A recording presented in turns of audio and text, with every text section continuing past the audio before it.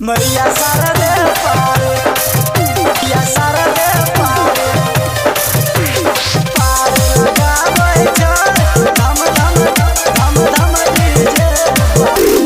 बनका पुजारी मैया दुआरी सबका के भीड़ लागल छै, धम धम डीजे बाजे, धम धम डीजे बाजे।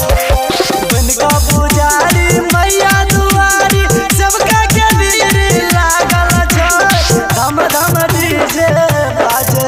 मैया शारदे पार लगाबै छै, धम धम डीजे बाजे।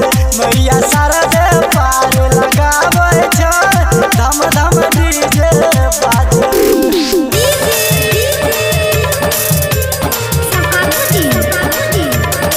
रिकॉर्डिंग स्टूडियो सेठ दीवाना कटवारा।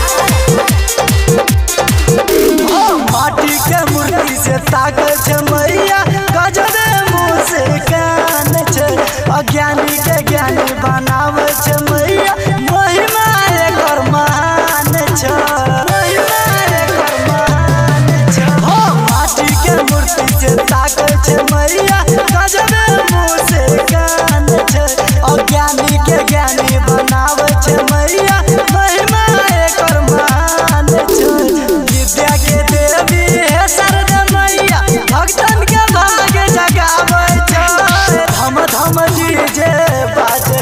मैया शारदे पार लगाबै छै, धम धम डीजे बाजे। मैया शारदे पार लगाबै छै, धम धम डीजे बाजे।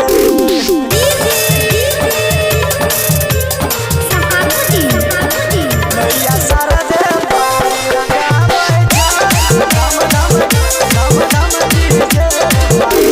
नाचे अजैया नाचे कृष्ण नाचे टोला मोहल्ला छै, श्रीधर सावरिया गावे भजनिया, मैया भारत सबके झोला छै, मैया भारत सबके झोला छै। हो नाचे सजवा नाचे अजितवा नाचे टोला मोहल्ला छै, श्रीधर सावरिया गावे भजनिया, मैया भारत सबके झोला छै।